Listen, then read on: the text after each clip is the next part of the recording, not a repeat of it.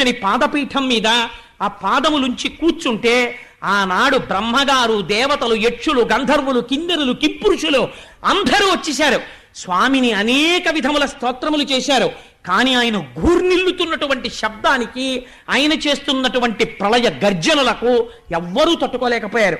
తట్టుకోలేక దగ్గరికి వెళ్ళలేక భయపడిపోతున్నటువంటి సమయంలో, అమ్మా నిత్యానపాయనీం నిరవధ్యాం దేవదేవ దివ్య మహిషీం అని నీకు పేరు కదా తల్లి, నువ్వు మాత్రమే ఆ స్వామివారి యొక్క ఇంత భయంకరమైనటువంటి స్వరూపాన్ని, ప్రళయశాంతిని, ఆయనకి ఉపశాంతిని చెయ్యగలవు, అందుకనమ్మా నువ్వు వెళ్ళమ్మా దగ్గరికి అన్నారు.